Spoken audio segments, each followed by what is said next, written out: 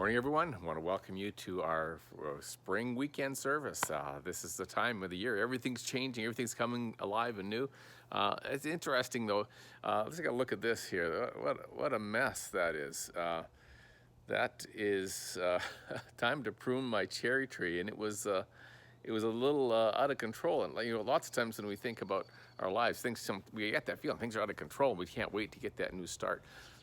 This weekend we're talking about a passage in Mark chapter 8, where Jesus' disciples kind of make a transition from seeing Jesus, kind of knowing him, to like really seeing who he is and understanding what his life is about.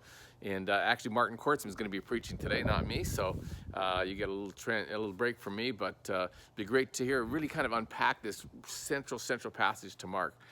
And I want to read from Isaiah chapter 42 as we kind of start. Isaiah is, Mark often kind of have inferences to the book of Isaiah, kind of all through Mark. And so I want to read this one passage that talks about it's really a psalm of praise, but also the kind of what that leads us to where God is taking us. Isaiah 42, we'll start verse 10 through 17. It says, "Sing to the Lord a new song, his praise from the ends of the earth. You who go down to the sea and all that is in it, you islands and all that live in them. Let the desert and its towns raise their voices. Let the settlements where Kedar lives rejoice. Let the people of Selah sing for joy. Let them shout from the mountaintops.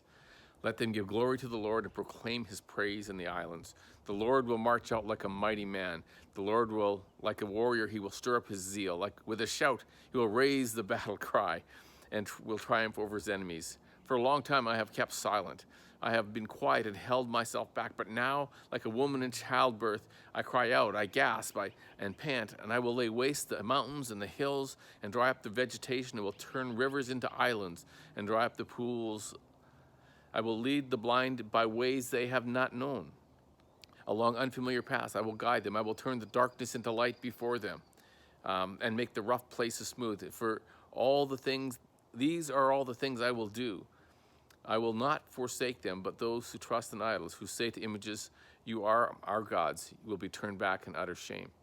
I don't know about you, but there's some times that I feel like I'm going through times I just really need to clear out and make space and think more clearly, not just in my house, but spiritually as well, where we really kind of come to terms with who God is in our lives. And so today I just want to encourage you to explore that with us.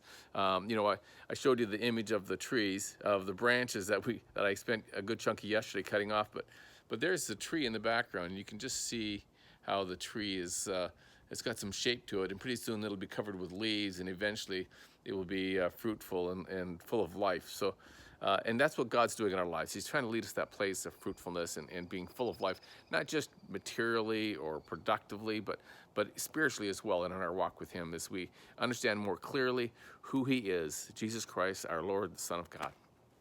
So welcome today. May your worship just draw you into his presence, and may you experience and be filled with his love. Thanks very much.